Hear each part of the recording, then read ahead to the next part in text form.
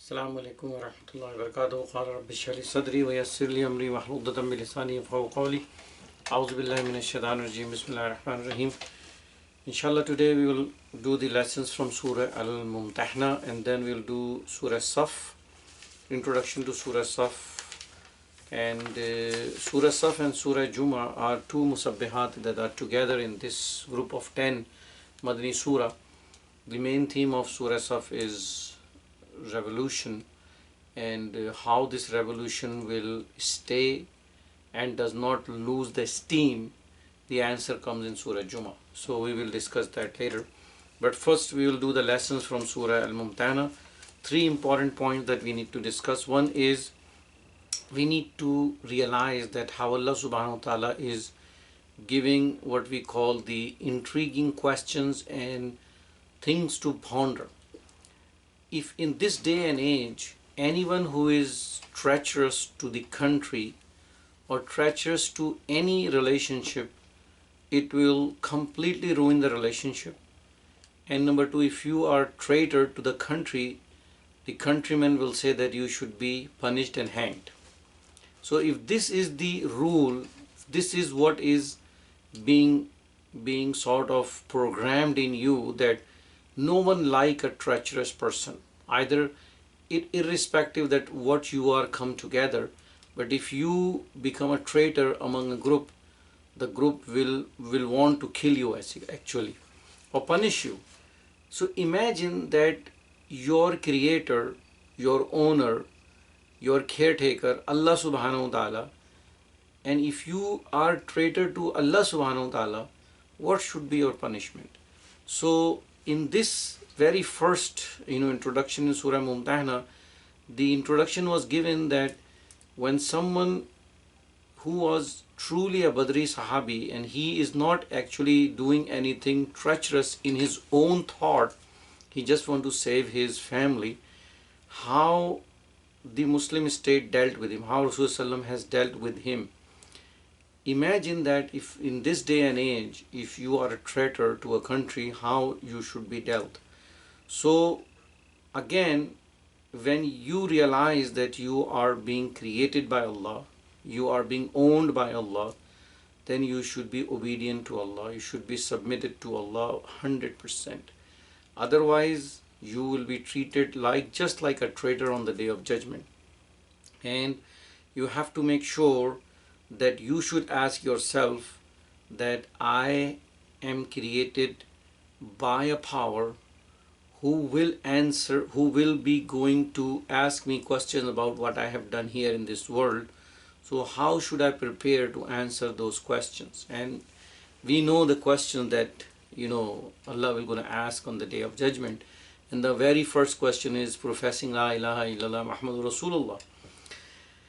And we have to submit 100%, we have to submit with love, and we have to establish the rule of Allah subhanahu wa ta'ala on us and on the land. That is the theme that will come in the next surah, which is Surah Saf. And how we submit?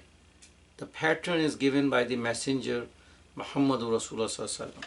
So this is how it should be. Number two is the controversies between a Muslim state and a non-Muslim state. How those controversies will be resolved. People who are Muslims living in non-Muslim state, if they are at harm, we have to feel that pain, because the Muslim Ummah is just like one body. If one part is suffering, the whole body will suffer. And this is a hadith. So the most important aspect is the women, that they have been prosecuted or tortured or have been given any kind of punishment or pain or suffering because they profess Islam. Allah has put this responsibility on the leaders of the Muslims, that they have to protect those women. And it should be, in this day and age, it should be a way that all the Muslim world should accommodate anyone who is being suffered by the hand of non-Muslims just because they profess kalima. And this is very, very big responsibility that Allah has put on the shoulder for the rulers of Muslim land. and the ways for Muslim women, that the station of Muslim women is so high in Islam, the honor of Muslim women is so high in Islam, that the Muslim rulers have to fought a war to make sure that this honor should be remained honorable wherever the Muslim lady is. And the last is that after doing all that, when you have a covenant with Allah subhanahu wa ta'ala, what women are doing as far as the bay'ah is concerned to Muhammad Rasulullah, these are the things that you have to refrain. Especially the emphasis was given to the women because it is dealt with them more than with men. And the last is that you should not lose hope in the mercy of Allah subhanahu wa ta'ala. Always repenting to Allah subhanahu wa ta'ala, because your Lord is, Allah subhanahu wa ta'ala is extremely merciful. He is Ghafur Rahim. He just want to make sure that you don't be adamant on your sin. You have to just truly submit to Him, and Allah will forgive your biggest sin, whatever you have done. So it's very, very important that the life in this world is a test. We have to make sure we are in a test, and we need to realize that this is a test, that is mumtahna, and it's not only for women, it's also for men, and they both have been addressed in this surah in a different way. And we as Muslims have to make sure we protect the rights of each other, either we are living in a Muslim land or a non-Muslim land. Now we will start Surah Saf, and as far as Surah Saf is concerned, this is the surah which is basically the blueprint for a Muslim revolution, which has been given initially in Surah Hadid, and now Allah subhanahu wa ta'ala is giving in open way that what is the most beloved action in the eyes of Allah subhanahu wa ta'ala. And the Shani-Nuzul of this surah is that Hazrat Abdullah bin Salam, who became Muslim, and he was a Jew rabbi, and he was sitting and talking to the Sahabi, and they were discussing that what is the highest virtue in Islam that Allah loves. And this surah was revealed, and Rasulullah sent Sahaba to come down, and Rasulullah recited Surah Saf. And the most beloved action was that the people who fought in the path of Allah subhanahu wa ta'ala like the wall of a steel, that they are just like the sort of demolishing squad which eradicate all the batil, eradicate all which is away from haqq, and establish the true haqq. They are the lead, like a wall of lead, which does not tolerate the evil on the land that causes injustice among people. And this is what this surah is all about. Again, this surah is a musabbihat. It is also, Allah is again giving you this thought and thinking that if everyone and all the creation of Allah subhanahu wa ta'ala is glorifying and submitting to Allah subhanahu wa ta'ala, how come you, jinn and the ins, are not doing so? And the answer for it will come in the last musabbihat with this surah Taghabun, and we will discuss that inshallah.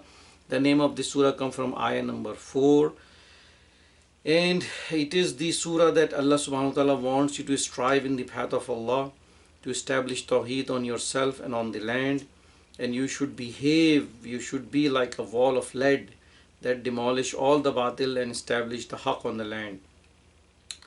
Allah has given two examples for the previous nation, that they did not really sincere with their messengers and what happened to them, and you should not commit those mistakes. Then Allah is inviting the Muslims about the best trade that they can do by establishing the tawheed on the land. So the theme of this surah is revolution, revolution and revolution, to establish the justice that is being prescribed in Quran, not the justice what the capitalist world will gonna say or someone else will gonna say. That justice has to be established on the land, and the highest virtue and highest good in the eyes of Allah subhanahu wa ta'ala is, even if you have to fight taking the iron in your hand, that is what you have to do to establish the tawheed. So we will inshallah start Surah Saf, and أعوذ بالله من الشيطان الرجيم بسم الله الرحمن الرحيم سبح لله ما في السماوات وما في الأرض وهو العزيز الحكيم. Same ayah that has been repeated in Musabbihat, and more emphasis on it, that everything in the heavens and everything in the earth is glorifying and submitting to Allah subhanahu wa ta'ala, who has all the power and He has all the wisdom. Ya ayyuhallazina amanu lima taquluna ma la taf'alun. And then Allah subhanahu wa ta'ala is addressing the issue of the people who are saying that they have iman, they say something which they don't do. This is something which is very, very sort of disliked by Allah subhanahu wa ta'ala, that you say something but you don't do that. So if you are preaching something to someone, you have to practice it by yourself. Kabura maqtan indallahi an taqulu ma la taf'alun. And Allah is saying that this is extremely heinous, extremely disliked by Allah subhanahu wa ta'ala, that you say something but you don't do it. And Allah says, Allah loves those people. Inna Allah yuhibbul lazina yuqatiluna fi sabili saffan ka'annahum bunyanun marsus. That there is no doubt, Allah subhanahu wa ta'ala love the people who fought in the path of Allah subhanahu wa ta'ala like the wall of a lead. There is no hole in the wall. The wall is coming to demolish all the evil. The wall is there to restrict the evil. The wall is there to make sure all the batil has to be eradicated, bulldozed by that wall, and the haqq has to be established on a clean slate, clean ground. So two things. One is Allah dislikes something, which is when people say something but they don't do. And what Allah loves the most is when you are ready to put everything for the sake of Allah, to establish the Tawheed on individually and collectively on the land. After giving this, Allah gave two examples that what two previous nations have done. وَإِذْ قَالَ مُوسَى لِقَوْمِهِ يَا قَوْمِ لِمَا تُؤْذُونَنِي وَقَدْ تَعْلَمُونَ أَنِّي رَسُولُ اللَّهِ إِلَيْكُمْ فَلَمَّا زَاغُوا زَاغَ اللَّهُ قُلُوبَهُمْ وَاللَّهُ لَا يَهْدِي الْقَوْمَ الْفَاسِقِينَ. Allah gave the example of Musa alayhi salam, and Musa alayhi salam said that, "Oh my people, you are giving me all kind of pain and suffering." And what pain and suffering was? That they are not doing what Musa alayhi salam asked them to do. So if you say that you love Rasulullah but you do not obey him, then you just behave like the nation of Musa. You are just putting all the, sort of da'wah that we have love to Muhammad Rasulullah, but you don't follow his orders. You have to follow his orders in complete totality, then you will make Allah happy. And not only that, when some people behave in this way, that they keep saying we love the messenger, but they keep doing what their bad deeds are, meaning they don't correct their action. Like they love Rasulullah but they lie. They love Rasulullah, they cheat. They love Rasulullah but they are cheating in the business. They says they are Muslims but they are not honoring the 5-time prayers. All these things, when they insist, and there is a point which is called the point of no return, which Allah says that their hearts becomes completely turned away, Allah will make them in a way that they will not gonna return back to haqq. So it is you who start the process and reach to a point of no return before Allah will put seal on that no return, and then you will be in trouble. You will be among the fasiqeen, which will never get the true guidance. The second example Allah gives, وَإِذْ قَالَ عِيسَى ابْنُ مَرْيَمَ يَا بَنِي إِسْرَائِيلَ إِنِّي رَسُولُ اللَّهِ إِلَيْكُمْ مُصَدِّقًا لِمَا بَيْنَ يَدَيَّ مِنَ التَّوْرَاةِ وَمُبَشِّرًا بِرَسُولٍ يَأْتِي مِنْ بَعْدِي اسْمُهُ أَحْمَدُ فَلَمَّا جَاءَهُم بِالْبَيِّنَاتِ قَالُوا هَذَا سِحْرٌ مُبِينٌ. That when Isa alayhi salam comes to Bani Israel and give them all kind of miracles, show them the miracles that the messenger has, Isa alayhi salam has, instead of they accepting and following Isa alayhi salam, they said this is magic. And the one very important thing, after Isa alayhi salam has shown them the bayyanat, all the things that Allah has given him as the signs that given from Allah to him, the biggest sign was that he keep on saying that there is a final messenger coming and you need to follow him. They falsified that too. So they did not do what the messengers are asking them to do, but they are just keep doing, and they are just claiming that they love Jesus, they love Moses, but unfortunately they never followed both these messengers. So Allah subhanahu wa ta'ala highlighted that you should not be among those, because this is what Allah is saying, dislike that you say you love Rasulullah, but you're not honoring his words. You're not doing what he's asking you to do. Allah says, وَمَنْ أَظْلَمُ مِمَّنْ اِفْتَارَ اللَّهِ كَذِبًا وَهُوَ يُدْعَى إِلَى الْإِسْلَامِ وَاللَّهُ لَا يَهْدِي الْقَوْمَ الظَّالِمِينَ. Here the word zalimin is used instead of fasiqin. That Allah says that the biggest transgressor is the one who falsified the ayat of Allah, and now the messenger, the final messenger Muhammad is here. He's calling you to come to Allah, and then instead of he accepting and come to Allah subhanahu wa ta'ala, he is not doing so. So he is the biggest transgressor, and whoever transgressed to this point when they had been called by Rasulullah to come to Allah, Allah says Allah subhanahu wa ta'ala will not give you hidayah, will not give you guidance then. And the next ayah is for all the people who think that they're gonna make Islam go away from the world, and specifically for people who do all kind of conspiracies behind, because they have this tendency that they could not come and fight face to face for Islam.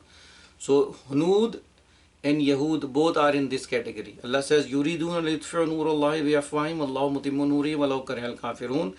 That these people who are non-believers, they think that they're gonna extinguish this light of hidayah, the light of guidance, from their conspiracies. Because it is a sort of an example that Allah gives, that when you blow something, you are away from the source, and you are just blowing your wind from your mouth, and that's what the conspiracy is. You are behind doors and doing conspiracy against someone. This is the example that Allah is giving, that these people who think that because of the conspiracies that they do against Allah's deen, they can make Allah's deen go away or vanish from this world, they will never gonna be able to successful. They will never be successful. And then Allah subhanahu wa ta'ala give the whole truth. Allah says, هُوَ الَّذِي أَرْسَلَ رَسُولَهُ بِالْهُدَى وَدِينِ الْحَقِّ لِيُظْهِرَهُ عَلَى الدِّينِ كُلِّهِ وَلَوْ كَرِهَ الْمُشْرِكُونَ. That this is for the glad tidings for true mu'mineen, that Allah will gonna establish his deen whatever happens. Our job is to see that either we are part of it or not. Is Allah has chosen us to be a part of this big process of establishing the deen of Allah on the land, or we are just sitting out like a spectator and doing nothing for it. And Allah says this is gonna happen, this will happen, this will ultimately going to happen. This is the ultimate truth, that Allah will gonna prevail the deen of Allah subhanahu wa ta'ala on all the adyan, all the religions. And how bad everyone feel, mushrikeen, kafirin, fasiqeen, it doesn't matter. Allah will establish the deen. And for Muslims, this is an invitation and a glad tiding that you should be a part of it. Part of this revolution that is coming, that being done by Rasulullah sallallahu alaihi wasallam. And then Allah subhanahu wa ta'ala, after giving this ayah, is now inviting the true mu'mineen that how this is going to establish. Allah says, Ya ayyuhallazina amanu hal adullukum ala tijaratin tunjikum min adhabin alim. That, O people who you believe, Allah subhanahu wa ta'ala is calling you for a trade.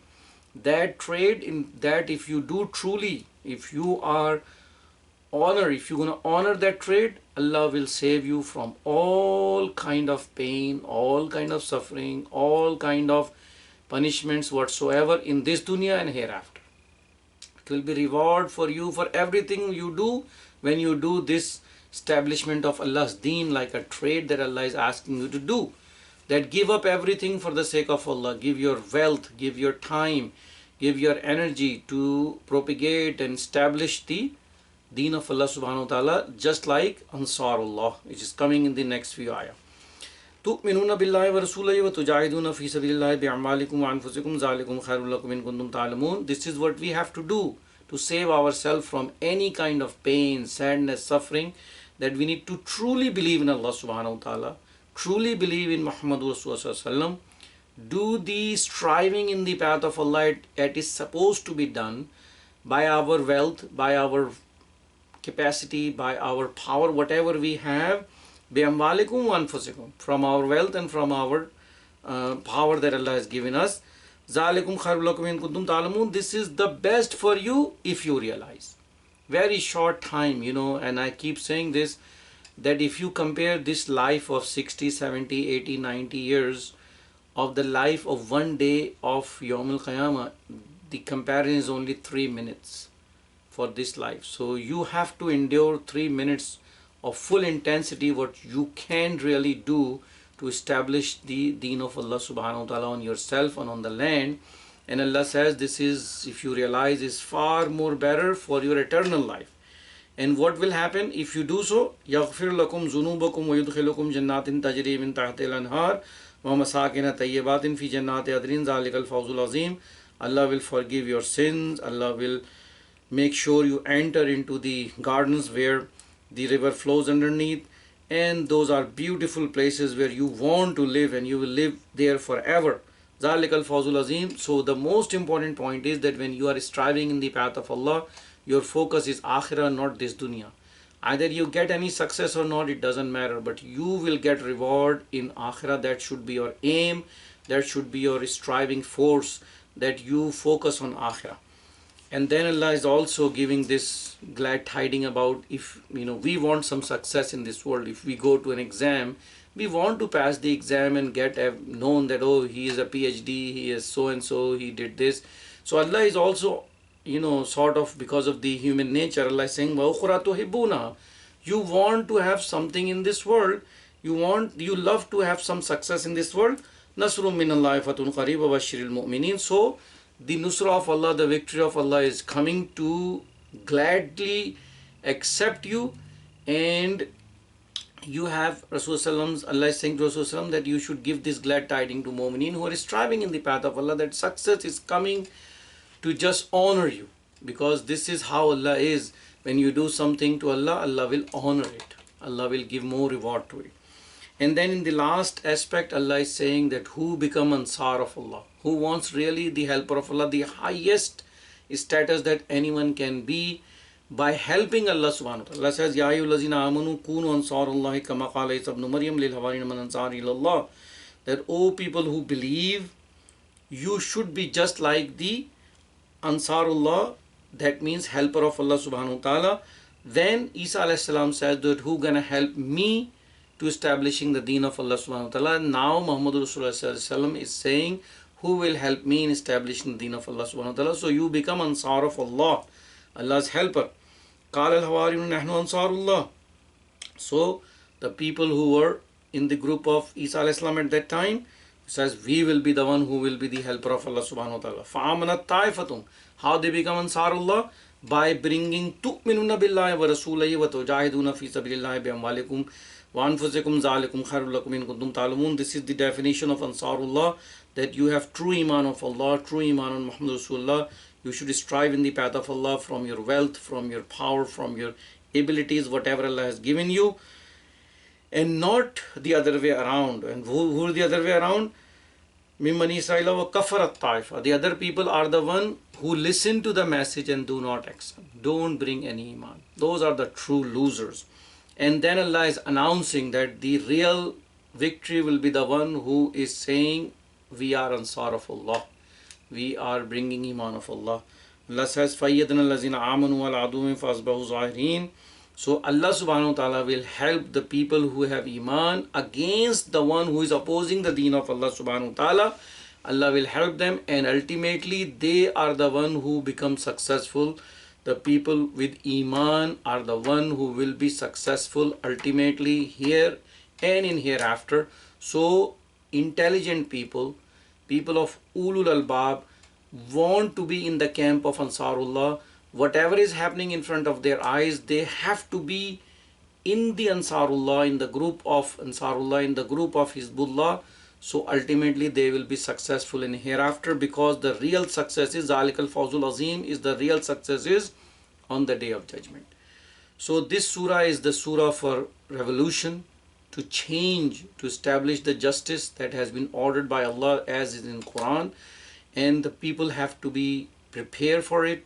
They need to be completely committed and have a conviction of iman to establish and become the Ansar of Allah. May Allah give us this tawfiq that we should be in the group of Hizbullah, the group of Ansarullah, establish the deen of Allah, and Allah should accept our effort, use us for the deen of Allah subhanahu wa ta'ala. Wa akhiru da'wana alhamdulillahi rabbil alameen.